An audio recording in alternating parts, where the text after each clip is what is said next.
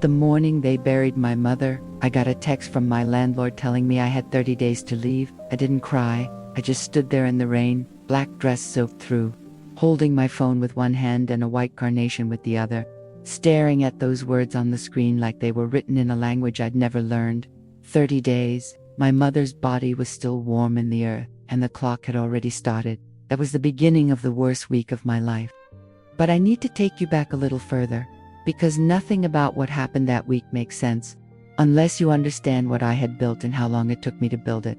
My name is Eleanor Grace Calloway. I grew up in a small town in Ohio, the kind of place where everyone knows your name but nobody really knows your story. My mother, Margaret, raised me alone after my father left when I was 4. I don't have many memories of him, just the sound of a screen door closing and my mother pretending she wasn't watching through the kitchen window as his car disappeared down the road. Not once. That's the kind of woman she was. We didn't have much. My mother worked double shifts at a diner called the Sunrise Grill, and I did my homework at the last booth by the window, the one with the torn red vinyl that Margaret always meant to fix but never did. And somewhere in all of that, in the smell of cheap coffee and the hum of the refrigerator and my mother's voice taking orders, with a smile that never wavered, I decided I was going to make something of myself. Not to escape her. To make her proud. I moved to Boston at 22 with a graphic design degree, $600, and a duffel bag. I slept on an air mattress in a studio apartment I shared with 2 other women, both of us working entry-level jobs that barely covered rent. I freelanced on weekends. I skipped meals more than I admitted to anyone. And slowly, painfully, I climbed. By the time I was 31, I had my own small design agency. Nothing massive for employees, a decent client list, a real liaison, a real office with windows that actually opened. I had an apartment I loved in Cambridge, the kind with exposed brick and a reading nook by the window where I kept a blanket and a stack of books. I was always almost getting to. I had a man named Thomas who made me laugh in the middle of ordinary Tuesdays. I had savings, a plan, a future I could actually picture. I had something that had taken me 9 years to build, and I was proud of it in a quiet, private way that felt almost fragile, like if I said it out loud it might disappear. And then it did, not slowly, not with warning, all at once, in 7 days, in a sequence of events so precise and so cruel that even now, looking back, I still can't fully accept that it was real. It started on a Monday. I remembered the exact moment because I was sitting at my desk eating a turkey sandwich and reading a client email when my phone rang. It was a number I didn't recognize, an Ohio area code. Something in my chest tightened before I even answered. You know that feeling? The way your body knows things before your mind does. It was a nurse at Mercy General Hospital in Columbus. My mother had collapsed at work, the diner. She'd been wiping down the counter between the breakfast and lunch rush, the nurse told me, and then she just fell, like a marionette whose strings had been cut. I was in my car before I'd processed a single word she'd said. The drive from Boston to Columbus is about 10.5 hours. I made it in 9. I don't remember most of it, just the highway, white lines disappearing under the hood. The radio I turned off after about 20 minutes because every song felt like a taunt. I called Thomas from a rest stop in Pennsylvania. I called my office manager, a woman named Donnie, to tell her I'd be out for a few days. I kept my voice level and professional, and then I sat in the parking lot for 4 minutes staring at a trash can and trying to remember how to breathe. My mother was in the ICU when I arrived. Stroop. The doctors used words I had to look up on my phone in the hospital bathroom, kneeling on the tile floor at 2 a.m, trying to understand what they meant for her prognosis. The numbers were not good. The timeline was not good. Who are telling you the worst thing you've ever heard while trying to protect you from how bad it actually is. She lasted 3 days. She never woke up. I held her hand for 71 hours. I talked to her about the diner, about the reading nook, about a trip to Portugal I'd been planning to take her on that spring. I told her things I'd never said out loud before. I told her she was the only reason I knew what it meant to work hard, to keep going, to smile at people even when you're exhausted and underpaid and the torn vinyl seat still hasn't been fixed. I don't know how much she heard. I need to believe she heard all of it. She died on a Thursday morning just before sunrise. I found out later, from a friend of a friend, that the building had been sold 3 months earlier to a development company. They were converting the units to high-end condos. My lease wasn't being renewed. 30 days. Thank you for being a valued tenant. That's exactly what it said, valued tenant. I drove back to Boston the next day. My mother's house in Ohio, a rented house she'd lived in for 12 years, had to be cleared out within a month. I didn't have the bandwidth to think about that yet. I just needed to get home, back to the office, back to something that felt like solid ground. But the ground kept moving. A tech startup that had been responsible for nearly 40% of my agency's revenue for the past 2 years. They were pivoting, they said, restructuring. They were bringing their creative work in-house. Our contract would be ending at the end of the month. They thanked us for the partnership. My office felt very quiet. I could hear the sound of the ventilation system. I could hear Donnie moving around in the outer room, doing something with papers. I looked out the window at the street below and watched a man walk past with an umbrella even though it wasn't raining. And I thought about how sometimes you do everything right and still lose. I told Donnie as gently as I could that we were going to need to have some hard conversations about the business. I watched her face change and I hated myself for it, even though it wasn't my fault. She'd been with me for 3 years. She was the kind of person who remembered everyone's birthday and kept a little jar of chocolates on her desk and always made sure the coffee was ready before anyone else arrived. She deserved better than a hard conversation. That night, I went home and told Thomas what had happened. My mother, the apartment, the client, all of it. Looking at him across the table and waiting for him to say something that would make it feel smaller. He was quiet for a long time. Then he said, "I've been meaning to talk to you about something." And I knew, right then, before he said another word, he'd met someone. It had started 3 months ago, while I was building the business, while I was planning the Portugal trip, while I was doing everything I thought I was supposed to be doing. It had started slowly, and he hadn't known how to tell me, and he was sorry. He was genuinely sorry, but he thought I deserved honesty more than I deserved comfort. I thanked him for telling me. I don't know why. He left that night with 2 bags and a box of his things.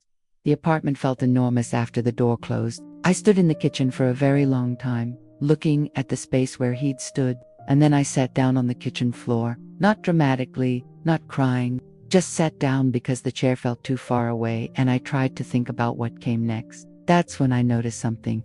On the kitchen counter, tucked behind the fruit bowl, was an envelope I hadn't opened, my name in my mother's handwriting. I didn't open it that night. I couldn't. I set it on the nightstand and I lay in the dark and I listened to the city outside my window, and I thought about a woman working double shifts at a diner with a torn vinyl seat, smiling at strangers, raising a daughter alone, and never, not once, not a single time, letting that daughter see her fall apart. I made a decision in the dark that night. I don't know exactly when it happened, somewhere between 1 and 4 in the morning. In the space between thinking and not thinking, I decided I wasn't going to let this be the end of the story. Not because I had a plan, not because I had any particular hope, just because it felt like what she would have wanted. It felt like the only way to honor what she'd built in me. The next few days were a kind of controlled demolition. I had honest conversations with my 3 remaining employees. One of them had family elsewhere and had been considering a move anyway. One found a new position within 2 weeks. The third, a young designer named Marcus, who had more raw talent than anyone I'd ever hired. I worked to connect with every contact I had until we found him something worthy of what he could do. It was the hardest professional thing I'd ever done. And I'm not going to pretend it didn't feel like failure, because it did. I packed up the apartment. I rented a storage unit for the things I couldn't part with and sold or donated the rest. I moved into a short-term furnished rental, a 1-bedroom on the 3rd floor of a building that smelled like other people's cooking and had a radiator that knocked all night, like it had something to say. I flew back to Ohio and cleared out my mother's house. The particular cruelty of sorting through someone's life and deciding what it meant. My mother had not been a sentimental woman, not on the surface. But when I opened the closet in her bedroom, I found a shoebox on the top shelf that I almost put directly into the donation pile. Something made me open it. Every postcard from every city I'd visited, printed emails from before she figured out how to use a smartphone properly, a photograph from my college graduation that she'd somehow managed to keep pristine. No crease, no fingerprints, stored in a small plastic sleeve. At the bottom of the box was a folded piece of paper, not a letter, just a list, in her careful handwriting. The title at the top said, "Things Eleanor Has Done." It was a list of every achievement she'd watched me accomplish. starting from when I was 7 years old and won a drawing contest at school that I had completely forgotten about. I stood in her bedroom for a very long time. I thought about the envelope on my nightstand back in Boston. I flew home the next morning. I made coffee. I sat at the small kitchen table in my temporary apartment and I picked up the envelope and I held it for a moment. It was sealed with the kind of careful fold she always used, 3 precise creases, like everything she did. I opened it slowly. Inside was a letter, 4 pages, handwritten on her pale yellow stationery. And inside the letter, folded carefully, was a check. I need to pause here and tell you something, because otherwise what I'm about to say won't land the way it should. My mother never made more than $32,000 a year in her life. Not 1 year. I knew that. I had always known that, and I had always quietly, privately worried about her finances, about what she would need, about whether the life she was living was comfortable enough for everything she'd sacrificed. What I did not know, what she had never told me, not once in 31 years, was that my mother had been saving since the day I was born. Not a lot. Not every year was good, but since the day she brought me home from the hospital, she had put away whatever she could. Sometimes it was $50, sometimes it was $200. 1 year, she wrote, when I was 11 and there had been a good Christmas bonus. She'd managed to put away nearly $800 in a single month and felt, she wrote, absolutely giddy about it. She had done this for 31 years. She had never touched it, not when the car broke down, not when the heating went out, not when there were months, she admitted in the letter, when she wasn't sure how she was going to make rent and she'd stared at the bank account and decided to find another way. She had kept it separate, in a different account, labeled with 2 words she'd written on a post-it and stuck to the inside of the shoebox, for Eleanor. The check was for $63,420. I sat at that kitchen table in this strange apartment with the knocking radiator, and I read her letter twice through before I could absorb what she was saying. She wrote that she knew it wasn't a fortune. She wrote that she knew I had built something real on my own, and she was proud of that in a way she didn't have words for. She wrote that this wasn't meant to save me because she believed I didn't need saving. It was meant to give me a head start on whatever came next, whatever chapter I hadn't gotten to yet. I watched you be brave when you thought I wasn't looking. She wrote, I am so proud of you that sometimes it physically hurt, like my heart was too full for my chest. She wrote, the trip to Portugal sounds wonderful. You should still go. Take someone who makes you laugh. Or go alone. You've never been afraid of alone. The last line of the letter was this, the torn vinyl on that last booth, I finally got it fixed. I kept putting it off because you used to do your homework there, and I didn't want to change it. Isn't that silly? I finally fixed it last October. I thought you should know. I don't know how long I sat there after that. Long enough for the coffee to go cold. I thought about a woman getting up before dawn for 31 years, tying an apron, smiling at strangers, putting $50 into an account labeled for Eleanor and then going back to work. Not because she had a plan or a strategy or a financial advisor, just because she loved someone, and love, when it's real, finds a way to become something you can hold. I thought about the list in the shoebox, the drawing contest when I was 7. Every small thing she'd watched me do and written down like it mattered, because to her it did. I thought about the last booth by the window with the torn red vinyl fixed. Finally, last October, and how she'd waited 12 years to fix it because she didn't want to lose the shape of me sitting there. Here is what I know now. On the other side of that week, grief is not the opposite of gratitude. They live in the same place. They use the same language. Sometimes the thing that breaks you open is the same thing that lets the light back in, and you only understand that later, much later. Sitting at a small kitchen table in a temporary apartment with cold coffee and a letter you'll read 100 more times before you stop crying when you reach the last page. I didn't rebuild everything I lost. Not all of it, and not in the same shape. I used part of my mother's gift to spend 3 months in Portugal alone, exactly like she suggested. I worked from cafes. I slept well for the first time in years.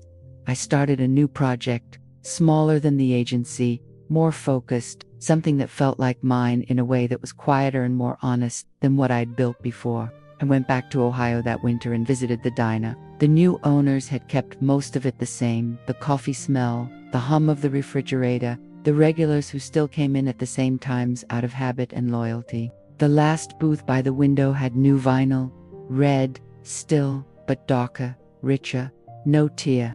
I sat there for an hour. I had scrambled eggs and bad coffee, and I watched the street outside, and I thought about a 4-year-old girl sitting in that same spot, not understanding yet that the woman taking orders with a tired smile and a full heart was quietly, steadily building something for her.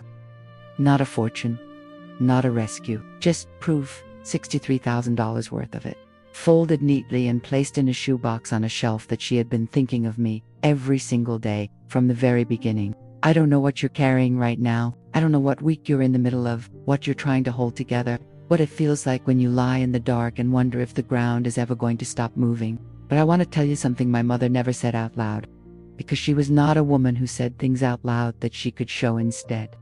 Some of the people who love you most are doing it quietly, without announcement, in ways you won't understand until later, sometimes much later, sometimes not until you're standing in a room sorting through what they left behind. And sometimes the most important thing you'll ever find is a shoebox on a shelf. Not because of what's inside, but because of what it means. Because of the 31 years it took to fill